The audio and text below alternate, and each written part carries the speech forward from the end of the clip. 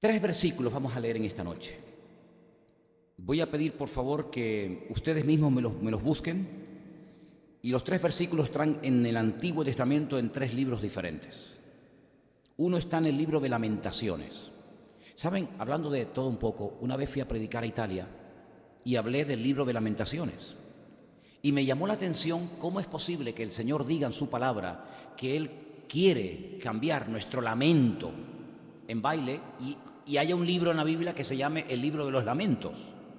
Entonces comencé a informarme y es que ese nombre que nosotros le damos al libro de Lamentaciones no se llama en hebreo Lamentaciones, sino que como son lamentos por la destrucción de Jerusalén y por todas las tragedias que han venido, se le llamó así, pero generalmente, no siempre, pero generalmente a muchos libros de la Biblia se le da el nombre de la primera palabra importante de la primera frase del primer versículo. Por ejemplo, la primera palabra del libro del Génesis es Bereshit, y se le llama a ese primer libro pues así, Bereshit, y así sucesivamente, ¿no? Y el libro de Lamentaciones empieza con la expresión ¿cómo? ¿Verdad? ¿Cómo ha quedado desolada la hermosa, la ciudad de Jerusalén, la que tantos amantes tuvo y después todos la abandonaron y la traicionaron? Pues ese libro se llama en hebreo ¿cómo? ¿Sí? ¿Cómo? No como el lago Como de Italia, sino como esa expresión, ¿no? Esa admiración ¿cómo? ¿Verdad? Vamos a ir al libro de ¿cómo? Al libro de Lamentaciones, capítulo 3, verso 37. Como es un libro que no se lee mucho, te voy a dar tiempito para que lo busque alguien y cuando lo tenga me indicas. El segundo versículo que vamos a leer está en Isaías 45, versículo 7. Repito, Isaías 45, versículo 7. Y el tercer versículo está en un libro de un profeta menor llamado Amós, capítulo 3, versículo 6. Voy a volver a repetir los tres textos, para los que toman nota y para los que todavía no lo han encontrado. Lamentaciones 3:37, Isaías 45, 7 y Amós capítulo 3, versículo 6. Vamos a empezar con el libro de Lamentaciones y quiero que alguien en alta voz, y cuando digo alta voz, que sea alta voz para que los que están en casa puedan escuchar tu voz allí en internet. Lamentaciones 3:37, ¿alguien me lo puede leer fuerte y claro, por favor? ¿Quién lo tiene? Hermana Dominga, ¿lo tiene usted? Venga, adelante.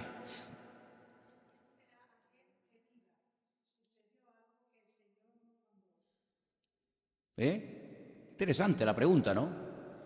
¿Quién se atreverá, no? ¿A quién se le ocurrirá decir que sucedió algo que el Señor no mandó? Como si aquí la creación o los ángeles o los seres humanos o los demonios pudieran hacer lo que le da la gana sin pedirle permiso a nadie, ni siquiera al mismísimo Creador. ¿Quién se atreverá a decir, bueno, esto ha ocurrido, pero Dios no tiene nada que ver con este tema? Es interesante la pregunta que lanza aquí el autor de este libro, que no es otro más que Jeremías. Quiero decirles que en nuestras Biblias tenemos el libro del profeta Jeremías y el libro de Lamentaciones, pero originalmente algunos creen que era parte de un solo libro. Versículo 38 dice, de la boca del Altísimo no sale lo bueno o lo malo y lo bueno. Nosotros tenemos un concepto a veces muy equivocado de lo que es bueno y de lo que es malo. Puede ser que lo que nosotros llamamos bueno, Dios diga, de bueno nada, eso es malo. Y puede ser que lo que nosotros decimos, no, eso es malo, Dios diga, no, eso es bueno. No te olvides que estamos en la época, el domingo vamos a hablar creo que de un tema muy, muy interesante en qué época de la historia, ¿cómo se llama esta época? Nosotros no vivimos en la época del Renacimiento, una época extraordinaria de la historia de la humanidad. Lean el Renacimiento. Yo cuando estaba en el ejército, como pasaba tantas horas sin hacer nada a veces, pues me empecé a leer y a leer y a leer libros y me leí en una semana un montón de cosas sobre el Renacimiento y es una época de la historia impresionante, pero tremenda. La cantidad de cosas que se descubrieron, los adelantos, una explosión de conocimiento a nivel mundial, bueno, viajes, etcétera, etcétera, pero no estamos en esa época. Nosotros no estamos en plena Edad Media.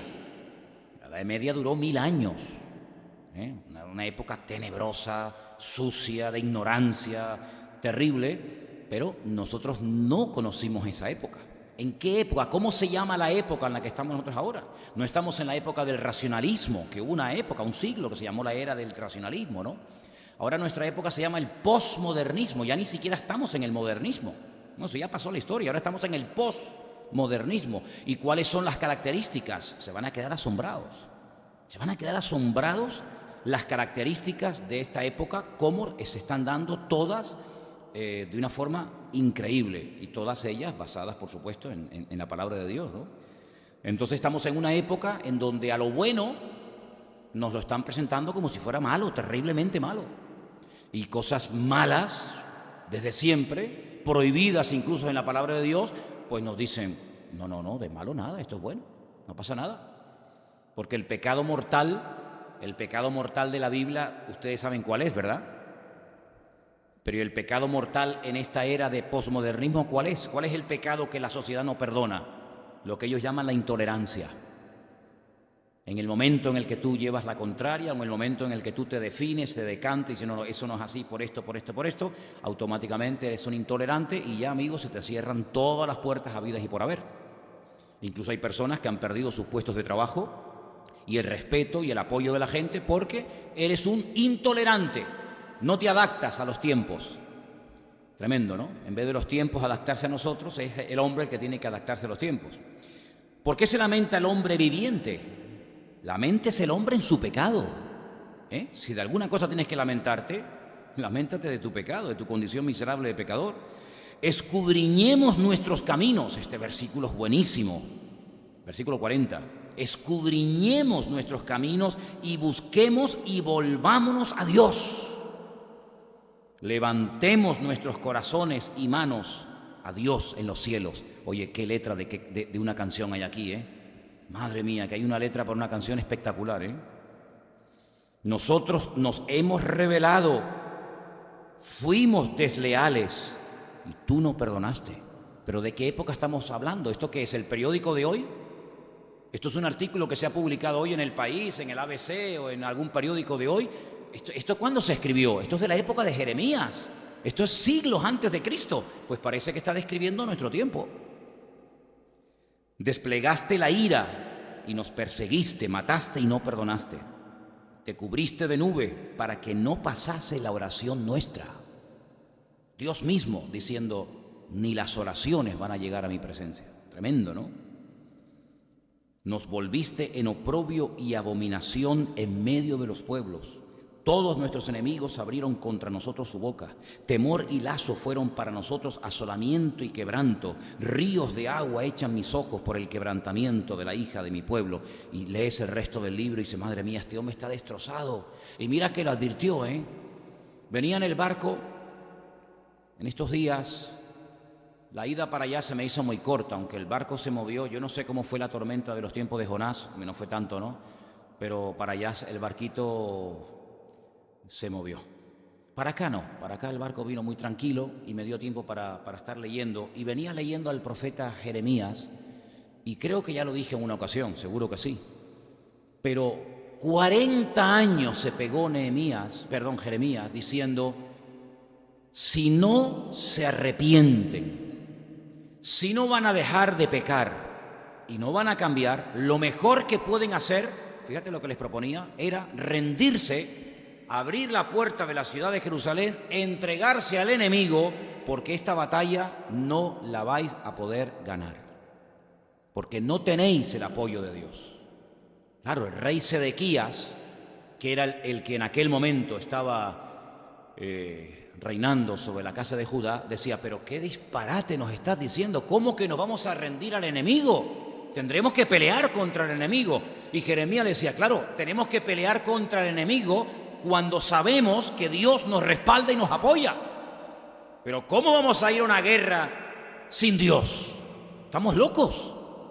Y como en esta guerra Dios no nos va a apoyar porque estáis en desorden, estáis en pecado, estáis en el peor momento de vuestra historia como país, ríndanse y así podrán salvar la vida. Y a ti, Sedequías, yo te digo que no tengas miedo del rey de Babilonia, de Nabucodonosor, porque te va a perdonar la vida. Hombre, te va a llevar cautivo a su tierra, eso está más claro que el agua, pero no va a matar a tus hijos, no va a violar a tus mujeres, no te va a hacer daño a ti. No había manera. Lo metieron hasta en la cárcel, en pozos vacíos, pero que estaban llenos de barro, y allí lo metían, y el hombre quedaba como clavado en aquel pozo, de tal manera que cuando quisieron sacarlo, dice que tuvieron que ponerle trapos debajo de los sobacos para que al tirar de él no lo partieran, ¿verdad? Y dice que a escondidas, de noche, el rey llamaba al profeta Jeremías y le decía: no le digas a nadie que te he llamado, ¿eh? A ver, dime de verdad, palabra de Dios, ¿qué dice el Señor que tenemos que hacer? Y él les decía: ya te lo he dicho, rey, que te rindas al rey de Babilonia, que Dios no está con nosotros. En otros momentos sí estuvo, pero ahora no, que hemos pecado, que ya la gloria de Dios no está con nosotros, que esta ciudad está entregada a la destrucción, y como el país no se va a arrepentir, ni queréis cambiar, entréguense, y así no te van a matar. Y él le decía: sí, pero en cuanto sepan que yo soy el rey, me van a hacer daño. Y dice: tú no temas por tu vida, el Señor te va a cuidar, te va a proteger. Lo volvían otra vez a meter en la cárcel a pan y agua. Y llegó, lamentablemente, la destrucción. ¿Quién permitió que el templo de Jerusalén fuera destruido? ¿Quién permitió aquello? Dios. ¿Quién permitió que las murallas de Jericó, la muralla de Jerusalén se derrumbara? Dios. ¿Quién le permitió al rey Nabucodonosor, rey pagano, idólatra, etcétera, etcétera, que destruyera y matara a miles y a miles y a miles de personas en Jerusalén? Dios. ¿Quién le permitió al rey Nabucodonosor y a su capitán Nabuspasarán, que creo que se llamaba así, que llevara a miles de personas a Babilonia, entre ellos los jóvenes que hablamos antes, en la canción que cantamos, y incluido Daniel? ¿Quién permitió toda aquella masacre? ¿Dios? ¿Sí o no? Porque dice aquí, lo hemos leído esta noche: ¿quién será aquel que diga que algo sucedió y que Dios no lo mandó? A Sedequías se escapó de noche. Hay una cueva en Jerusalén por la cual él huyó y se fue hasta el desierto, y en Jericó dice que lo atraparon, le arrancaron los ojos y se lo llevaron encadenado a Babilonia, y allí murió después de haber matado a sus hijos y violado a las mujeres, etcétera, etcétera. ¿Te das cuenta las tragedias que se podían haber evitado? Las muertes, la sangre derramada que se podía haber evitado si este hombre se hubiera rendido y hubiera dicho: mira, pues en esta guerra no vamos a perder ni un minuto, porque Dios no está con nosotros. Y cuando Dios está con nosotros, adelante, hermano, no hay que tenerle miedo a nada ni a nadie. Pero, hermano, como te metas en un lío en el cual Dios no te haya metido o te haya dicho que te metieras, puedes perder la vida. Puedes perder la vida. Y te recuerdo que solamente tenemos una. Bueno, pues todo esto lo permitió el Señor. No fue el diablo el que destruyó Jerusalén, ¿eh? Nabucodonosor fue un instrumento. ¿Sabes que en el libro de Jeremías hay un momento en el que el Señor a Nabucodonosor lo llama mi siervo Nabucodonosor? Es como el látigo, el azote que yo voy a utilizar para castigar a mi pueblo. Así que en este momento dice: yo también lo voy a tratar a él, cuidado, yo también lo voy a juzgar a él, que él no es el niño bueno de la película. Pero en este momento tengo que utilizarlo a él como mi siervo, como mi instrumento para castigarles a vosotros. Y así fue. País, un desastre, el templo quemado. Bueno, un desastre. Quedaron unos poquitos. Y entonces el rey de Babilonia puso allí a un capitán que le dijo a Jeremías: mira, si quieres ir a Babilonia, puedes venir. Si te quieres quedar aquí, te puedes quedar. El rey dice que hagas lo que quieras, a donde quieras ir, que vete con libertad. Él suelta hoy tus cadenas y te libra de la muerte. Jeremías dice: no, yo me quedo aquí. Se quedaron muy pocas personas en el país, y entonces dice que comenzaron a venir los poquitos que habían quedado, imagínate, arruinados, heridos. Se reunieron con el profeta Jeremías y le dijeron: hemos visto el desastre profetizado por ti durante 40 años, que se ha cumplido literalmente al pie de la letra, y lo que queremos pedirte es que ores por nosotros. Queremos que consultes al Señor. Todo esto lo leía en este viaje que he hecho en estos días. Ha sido un tiempo extraordinario, ¿no? Queremos que consultes, que hables con el Señor y que le digas: háblame, Señor, para que este pueblo sepa lo que ahora tiene que hacer. Ya no tenemos casas, ni fincas, ni tenemos futuro, ni presente, no tenemos nada. Y lo que el Señor te diga, lo obedeceremos y cumpliremos con la palabra del Señor. Muy bien. Jeremías se va a orar y se pega 10 días. 10 días. A mí me hace gracia cuando hay gente que dice: no, es que Dios me dijo, es que Dios me dijo. Dios te dijo. Y estos hombres de Dios se tenían que pegar a veces semanas esperando en la presencia del Señor, y tú descuelgas el teléfono y ya Dios te dice: hola, ¿qué tal? Buenos días. Una cosa increíble, ¿no? A los 10 días viene Jeremías, reúne a todos y dice: tengo palabra del Señor para todos ustedes. Bueno, gloria a Dios, por fin, ahora sabemos lo que vamos a hacer. El Señor me dice que les diga que la idea que tienen de irse a Egipto, porque claro, en Egipto siempre había trabajo. Yo no sé cómo son las cosas, pero en Egipto siempre hay agua, en Egipto siempre hay trabajo, en Egipto parece que siempre todo va bien. Pues el Señor me dice que les diga que ni se les ocurra ir a Egipto, porque la espada que teméis, las pestes que teméis y el miedo que tenéis de quedaros aquí, el rey de Babilonia también va a ir a Egipto. Fíjate la distancia que hay, ¿eh? No sé cómo estás de geografía, pero de Babilonia hasta Egipto hay una tirada. Y si ustedes creen que por irse lejos el hambre, la peste y la muerte va a huir de ustedes, se equivocan, porque allí les va a atrapar. Dice: el que no muera de hambre morirá a espada, el que no muera a espada morirá de peste, y el que no muera de peste, bueno, le pone un panorama terrorífico y les dice: el Señor dice que os quedéis aquí. Es un disparate, pero si el Señor lo dice, pues gloria a Dios, que nos quedemos aquí, porque aquí el Señor nos bendecirá y vamos a poder levantar el país. Y bueno, y aunque esto pinta muy feo, pues el Señor nos dice que no temamos y que aquí vamos a ser bendecidos y tal y cual. Termina la exposición del profeta Jeremías.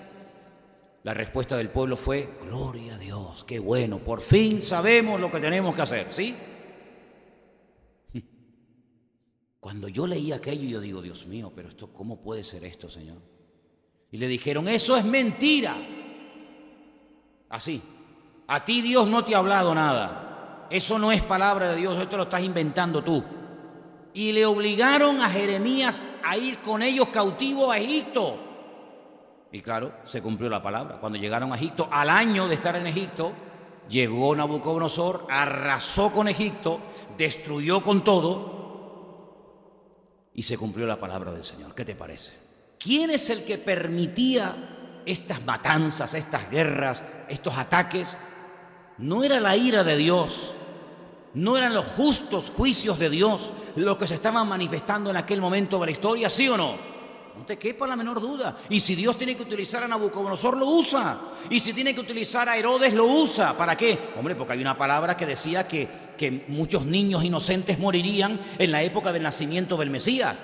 Y bueno, pues tendremos que utilizar a este desgraciado, a este Herodes. Y no hay momentos en los que Dios utilizó al faraón para lo bueno y para torturarlos.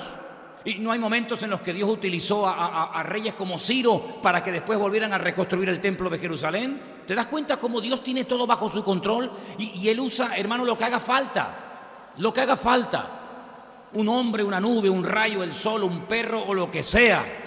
Porque Dios tiene todo bajo su control. Y aquí hemos leído esta noche un texto que dice que a quién se le puede ocurrir decir que algo ocurre sin el permiso de Dios. Tremendo el versículo, ¿sí o no? Vamos al segundo.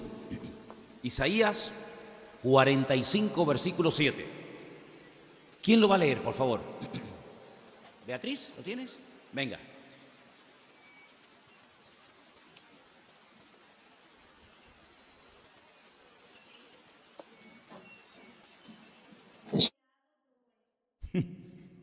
Dios formó la luz, ¿cuántos lo creen?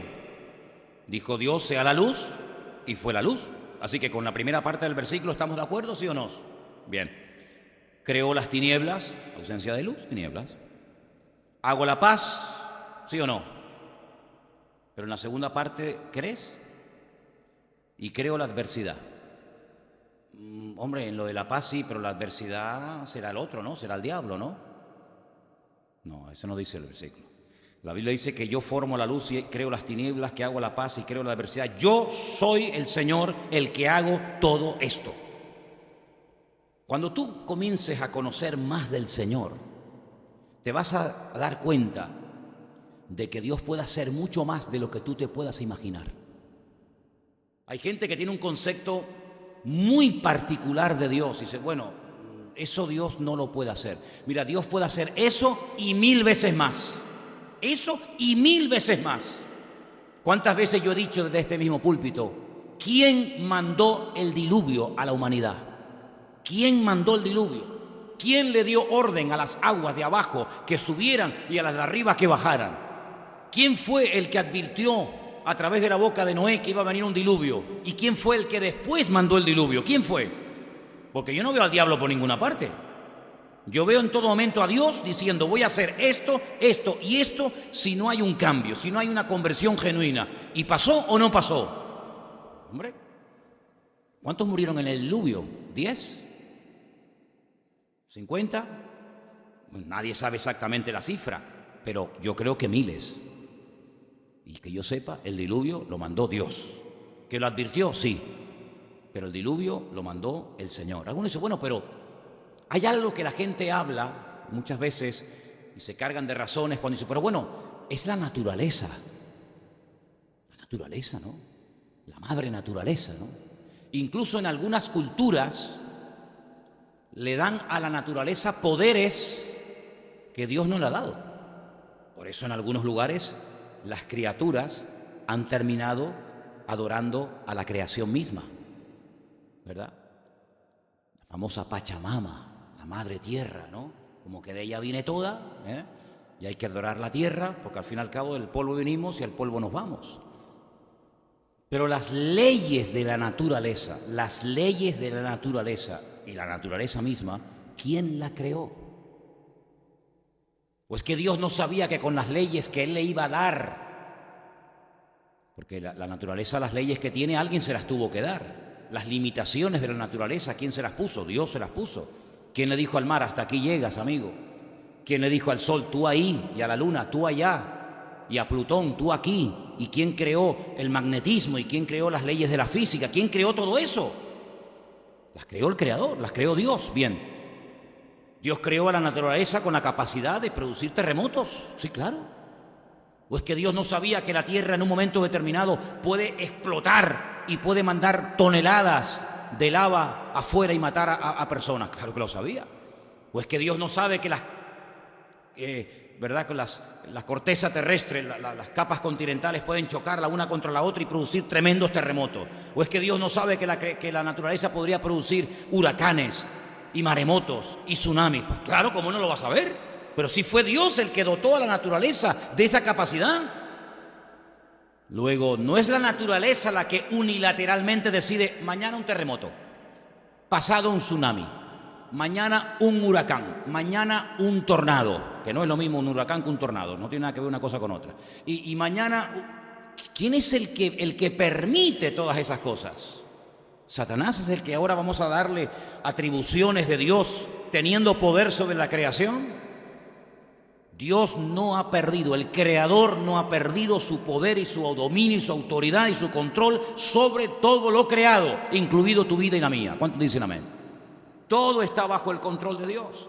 Y hay momentos en los que Dios, en un lugar, si hay cambios, manifiesta su misericordia.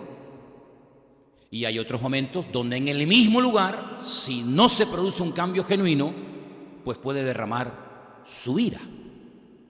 En diciembre tengo que ir a dar un seminario de 3 días, o de varios días, a Suiza. Y me han pedido algo que yo nunca me lo han pedido así. Me han pedido que durante todo un día sábado, por la mañana y por la tarde, dé un estudio sobre todos los profetas mayores y menores del Antiguo Testamento. Nahum, Habacuc, Sofonías, Malaquías, Ageo, Isaías, Jeremías, Daniel, Ezequiel. Claro, tú imagínate las horas que me tengo yo que pegar para poder explicar uno por uno cada profeta, cada libro que dicen bueno, imagínate, un trabajo de chinos aquello, ¿no? En fin.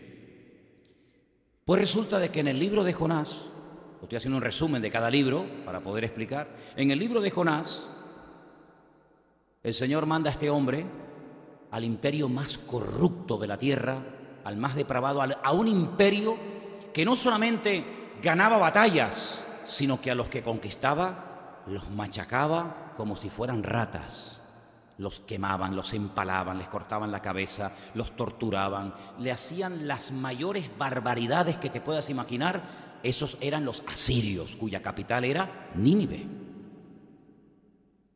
Y allí le dice el Señor al profeta Jonás: vete a predicarle. Es como si el Señor mañana me dice: vete a predicar a, no sé, ¿dónde estarán ahora? En Siria o en Afganistán o en Irán. Vete a predicarles a los jefes del ISIS, del Daesh. Digo, ¿quién yo? Señor, ¿no puedes mandar a Juan Carlos? Señor, manda... No, quiero que vayas tú. Yo, así en crudo, diría: Dios, con los sitios que hay, no me puedes mandar a otro sitio. Ahora tengo yo que ir allí. Además, cuando me vean que soy cristiano, que soy pastor, imagínate. Claro, Jonás dice: yo no voy allí ni loco. Judío, que voy a predicarles en contra de su religión, en contra de sus barbaridades. Así el hombre salió corriendo. Es que criticamos a Jonás, pero es que yo también lo hubiera hecho, hermanos. Y claro, él se fue en un barco de vela. Yo me hubiera ido en lo más rápido, y cuanto más lejos mejor. Pues el Señor, oye, no paró hasta llevarlo a Nínive. Y para sorpresa de él, el hombre predica y se convierte en todos se convierte, desde el mayor hasta el menor. El rey se humilló, hasta los perros, dice la Biblia, que ayunaron ese día, y Nínive no fue destruida y se salvó milagrosamente. Nunca ha habido un ejemplo de una ciudad entera que se haya convertido, por lo menos entre comillas temporalmente, como en el tiempo de Jonás. Pero leyendo el libro de Nahum, porque los libros de los profetas menores son muy interesantes, son muy bonitos, tienen cosas preciosas, muchos de ellos. En el libro de Nahum, aproximadamente entre 100, 150 años después de Jonás, todo el libro de Nahum habla acerca de la destrucción de Nínive. Es decir, que aquella conversión aparentemente les duró como muchos 150 años. A los 150 años, el mismo Dios que perdonó a Nínive, el mismo Dios que tuvo clemencia y misericordia y piedad de esa ciudad corrupta, pues llega y la destruye. El mismo Dios. No es que Nínive fue perdonada por Dios y Nínive fue destruida por el diablo. No. Es que el Dios que perdonó a Nínive es el mismo Dios que luego destruye a Nínive. El mismo. Y hay gente que no entiende este concepto de la naturaleza de Dios, que como Dios es muy bueno, pues claro, Dios no puede permitir ninguna cosa que se nos vaya de nuestro concepto, de nuestro... No, Dios puede permitir mucho más de lo que tú te imaginas. Y vuelvo a repetir lo que dije al principio del culto. A mí no me sorprenden que de vez en cuando se vean las manifestaciones del justo o de los justos juicios de Dios. A mí lo que me sorprende es que no se vean más. A mí lo que me sorprende es que España no haya sido destruida hace siglos. Porque si ustedes leen a los dramaturgos de hace 80, 90, 100 y pico de años en España, y ustedes leen lo que aquellos hombres decían de la sociedad española hace 150, 200 años, pues yo digo, pero si esta gente levantara la cabeza hoy en día, ¿se morirían otra vez? Porque ya hablaban de corrupción, hablaban de divisiones, hablaban de celos, hablaban de envidia, hablaban de barbaridades. Y yo digo, pues 150 o 200 años después, estamos peor que nunca. Así que a mí no me sorprende que en España haya sequía. A mí lo que me sorprende es que todavía haya agua en los ríos y que de vez en cuando llueva en España. A mí lo que me sorprende es eso, no que no llueva, sino que todavía siga lloviendo. Porque la verdad que como seres humanos hemos provocado tanto a Dios que yo no sé cómo todavía hay algunos que con lo que han dicho y con lo que hacen estén vivos. Créanme, sinceramente.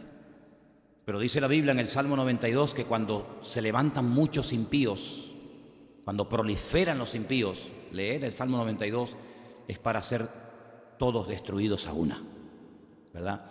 Y dice la Biblia que la maldad llegará a un límite en el que Dios diga, basta. ¿Sabes que hay como un límite? Hay como un límite que Dios dice, ya no puedo permitir más. Hubo un límite en el diluvio. Dios dijo, no, ya con esto que habéis hecho, ya habéis sentenciado vuestra muerte. Hay un límite en la maldad del amorreo, dice la Biblia. Dice la maldad del amorreo aún no ha llegado al límite, pero cuando llegó, mira cómo fueron allí los israelitas, ¿no? Y hay un límite en Egipto, y hay un límite en España, y hay un límite en Europa, y hay un límite en el mundo. Y yo creo que estamos jugando con fuego y estamos llegando a un límite en el que los justos juicios de Dios se van a derramar de una manera impresionante entre nosotros. Así que Isaías 45:7, que lo leímos, lo dice muy claramente. ¿Lo podemos poner otra vez en la pantalla, Johnny? Isaías 45, versículo 7.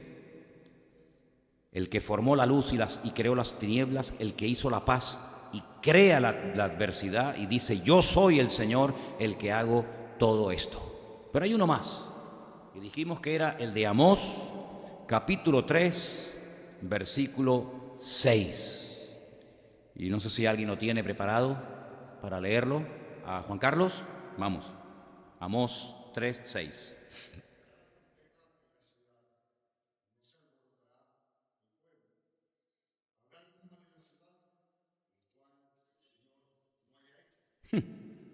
¿Qué preguntas tan interesantes? ¿Qué responderías tú ante estas preguntas? Si se te presenta y te dice en la cara, Amós, hermano, mira, ven para acá, te voy a hacer una pregunta. Claro, hoy en día el tema de la trompeta en la ciudad, a lo mejor a ustedes les suena un poco... Bueno, si te suena el móvil, te llega un mensaje de WhatsApp, ¿no cogerás el móvil a ver quién te escribe? ¿Sí o no? La maquinita diabólica, ¿eh?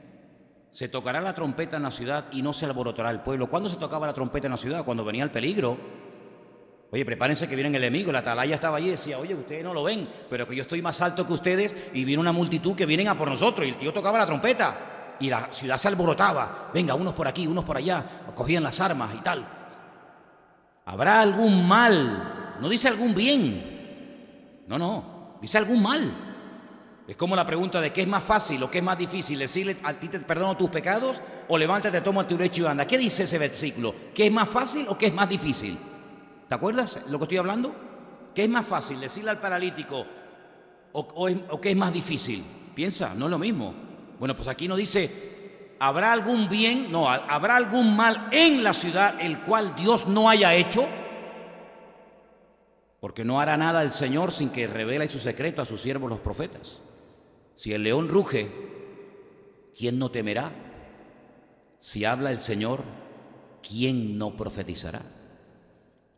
Por eso, el mismo Señor Jesucristo, que fue el mejor profeta de todos los tiempos, cosas que Él dijo hace 2000 años, hoy en día vemos que en nuestra sociedad, en esta era de posmodernismo, que analizaremos el domingo, Dios mediante, para nosotros son cosas normales, guerras y rumores de guerras. Ustedes dirán, pero hermano, siempre hubo guerras, la Biblia está llena de guerras. El otro día hablando con Esperanza me decía, uy, yo estoy leyendo el Antiguo Testamento y casi ya me salpica hasta la sangre, ¿no? Porque hay sangre por todos los lados. Cuando no son con los filisteos, son con los edomitas. Cuando no con los edomitas, son con... Siempre hay batallas por todos lados, y es verdad.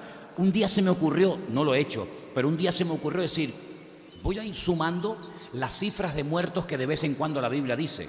No siempre lo dice, pero hay momentos que dice, y murieron 45.000, a punto, ¿no? Y seguir leyendo y leyendo, voy a sumar más o menos cuántas muertes, pero claro, ya lo dejé porque aquello me iba a faltar libretas, ¿no? Hay guerras por todas partes, sí. Pero el nivel al que se puede hoy en día luchar y la destrucción masiva que se puede producir hoy en día nunca existió.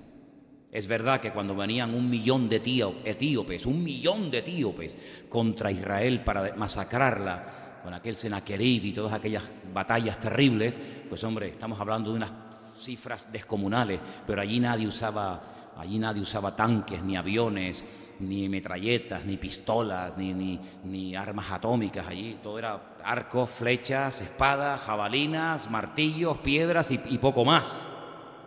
Pero es que hoy en día un señor te toca un botón y te puede mandar una bomba y te puede matar a 10 millones de personas así, en un segundo.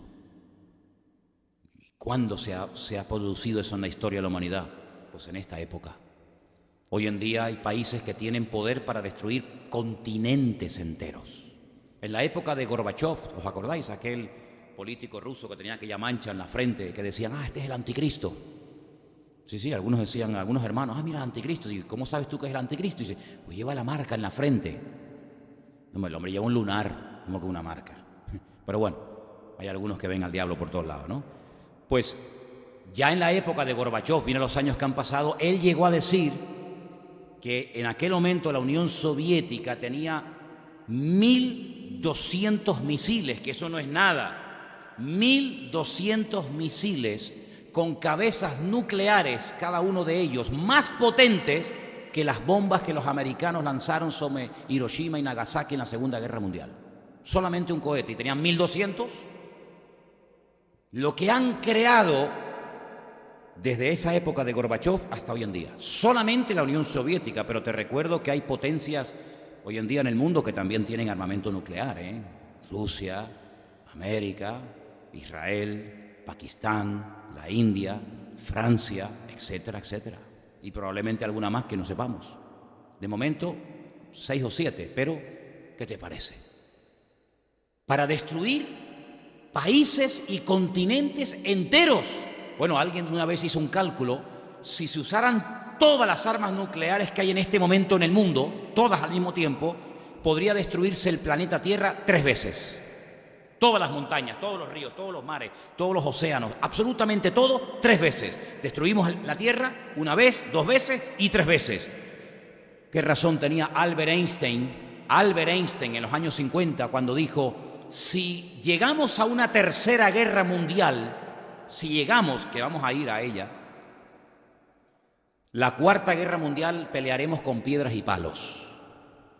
Eso ya lo dijo Albert Einstein en los años 50. Si hay una tercera, la cuarta será con palos y piedra, porque no quedará títere con cabeza. ¿Qué te parece, amigo? Pues estamos a punto de que o bien este, o bien el otro, o bien por la derecha, o bien por la izquierda, en cualquier momento, porque claro, si tú tienes algo, ¿no tienes la tentación de usarlo? Si tú te compras un buen móvil y lo tienes en la caja, siempre en la cajita, ¿no? Y tú dices, ay, tengo ganas de abrirlo y encenderlo, y este botón para qué es y tal. ¿Sí o no? ¿Tú serías capaz de estar 1 año con el último modelo, el iPhone 8, ¿no? Ese es el último, ¿no? Digo yo, no sé, tú sabes. El iPhone 8, el más perfecto. Te lo compras mañana y llegas a casa y dices, mira, el iPhone que me compré, ¿cuál es? El 8. No, el 8. Sí, el que te saca una foto y te quita kilos y te quita las arrugas y todo. ¡Qué maravilla! ¿Serías capaz de tenerlo hasta fin de año sin abrirlo, sin sacarlo de la caja? Yo no. Ustedes que están en un nivel superior, ¿verdad?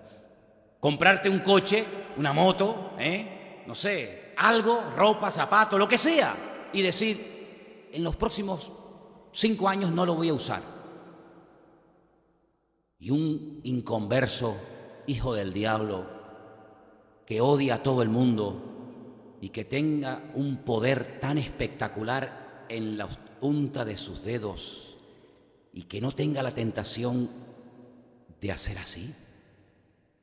Es mucha tentación, hermanos. Es mucha la tentación. Pero si ante un fruto, seres perfectos y puros, santos, fueron incapaces de decir no ante un fruto, me da igual si era pera, manzana, melocotón o aguacate, me da igual, en su perfección más absoluta, cuando el hombre nunca iba a tener ese nivel de santidad y de comunión con Dios, fueron incapaces de no decir, dame un poco. En este tiempo de corrupción, de pecado, donde el diablo está por ahí dando vueltas, y que yo en la punta de mi dedo pueda destruir a mi enemigo y no caer nunca en esa tentación, no me lo creo. No me lo creo. ¿Por qué no ha sucedido? Por una sola razón. Por una sola razón. ¿Sabéis cuál es? Porque Dios, de momento, no lo ha permitido. Con los millones de musulmanes que tenemos viviendo en Europa y en España, no hay cientos, no digo miles, no hay cientos, no hay docenas en Europa que les encantaría destruir a infieles con bombas, con lo que sea. ¿Por qué no sucede más? por la misericordia de Dios. Lo que se podía haber producido en Barcelona, hermanos, no somos conscientes, porque no sucedió, gracias al Señor, de lo que podía haber ocurrido. 3 furgonetas cargadas con cientos de kilos de dinamita o de polvo, lo que sea, y docenas y docenas de bombonas de gas. Hermano, eso hubiera sido una masacre y probablemente estaríamos hablando de miles de personas y de centenares de edificios destruidos en una ciudad como Barcelona. ¿Por qué no ocurrió? Por la misericordia de Dios. Así que no me sorprende que no ocurra, o que ocurra. Lo que me sorprende es que no haya más casos como esos. Yo veo todos los días la misericordia de Dios, porque raro es el día que o en Bélgica, yo voy para allá ahora, o en París, o en Ceuta y Melilla, que está aquí al lado, o en Madrid, o en Barcelona, no cogen a chavales que ya están preparados, ya a punto de inmolarse, pero todos los días. ¿Y por qué no hay más atentados? ¿Y por qué no hay más muertes? Íbamos navegando en el barco y iba hablando con unas personas y decíamos, cuando nos montamos para allá, para acá no, para acá sí nos controlaron los perros, la Guardia Civil y tal, pero cuando íbamos para allá, yo salía a las 6:30 de la mañana de aquí del puerto, rumbo a Huelva. No nos revisó nadie. Yo podía haber llevado a una persona escondida en el maletero, nadie me abrió el maletero, nadie me preguntó nada. Pase. ¿Se imaginan? Una célula yihadista en un barco en alta mar. Cortan la radio, cortan las transmisiones, se lían a tiros. Hasta que llega alguien allí a salvarnos en alta mar. Aquello puede ser una carnicería. ¿Por qué no ocurren esas cosas? La misericordia de Dios. En estadios, en colegios, en universidades, en centros comerciales, en iglesias evangélicas. ¿Por qué no ocurren más cosas de estas? Por la misericordia de Dios, como para no creer en Dios, como para no creer en el Señor con lo que está cayendo. Entonces, hermanos, estos 3 versículos que hemos leído, el de Lamentaciones, el de Isaías y el de Amós, nos muestran que hay momentos en los que Dios, porque Él lo cree conveniente, y no significa que tenemos que entenderlo todo, hay momentos en los que Él quiere poner a naciones enteras de rodillas. Y hermanos, miles, y créanme, miles de personas y muchos cristianos que se habían apartado de los caminos del Señor cuando el famoso tema de las Torres Gemelas volvieron a las iglesias y veías a la gente de rodillas en las calles orando, como el famoso terremoto en Haití.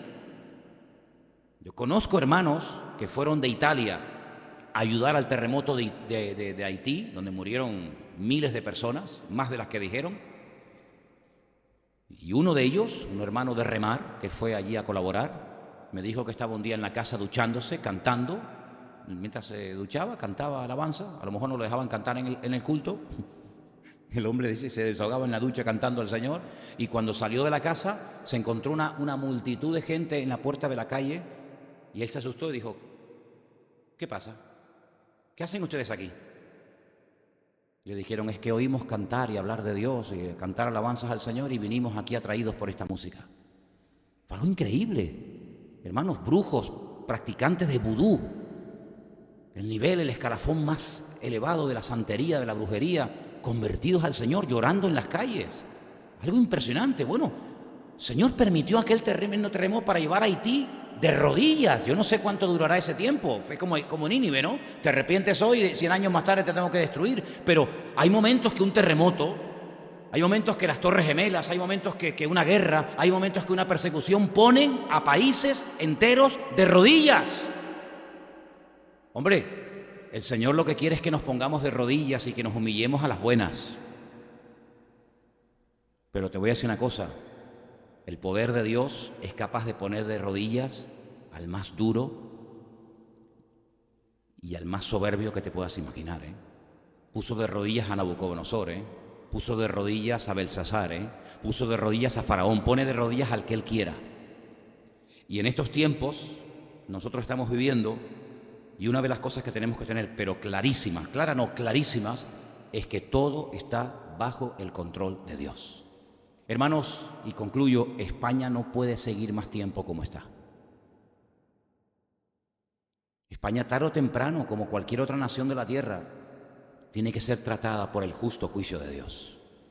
Y si lo de Cataluña, como en su momento lo de la ETA o lo que fuera, tiene que llevar a este país a buscar de Dios y a pedir misericordia y clemencia del Señor, pues bienvenido sea el justo juicio de Dios. Porque, repito, Dios no tiene ninguna necesidad de pedirle permiso a nadie, y Dios no le va a pedir perdón jamás a nadie. El perdón en el concepto de Dios no entra, eso es algo de nuestra relación de nosotros con Él, pero Dios no tiene que pedirle perdón a nadie, porque cuando Dios hace algo no tiene que decir, ay, perdón, me equivoqué, lo siento. No, Dios cuando hace algo lo hace justo. Las pruebas de Dios son justas, los juicios de Dios son justos, todo lo que Dios hace es justo, aunque nosotros con nuestro nivel muy limitado de justicia no entendamos todo lo que ocurre. Yo conozco gente que buscó en la enfermedad a Dios, ya que en la salud no lo buscabas, ya vas a ver cómo lo vas a buscar cuando te digan que te quedan 3 meses de vida. Ya vas a ver cómo vas a orar y ya vas a ver cómo te vas a humillar, que no siempre ocurre. Hemos tenido casos de personas que saben que se están muriendo, le hemos pedido que si querían que oráramos por ellos y nos han dicho descaradamente, no. Bueno, vale, ni la enfermedad te doblega, ¿no? Muy bien, pero nunca dirás que no tuviste tu oportunidad.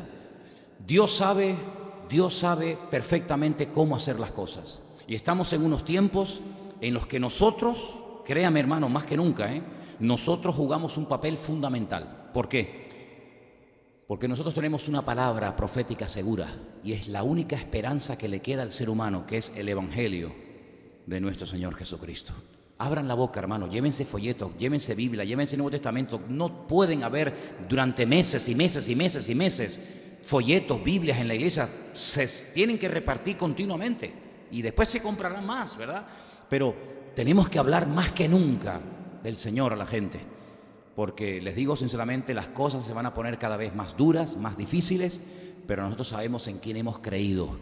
Y así como el mundo va a ir de mal en peor, el Señor ha prometido estar con nosotros todos los días hasta el fin del mundo. ¿Cuántos dicen amén?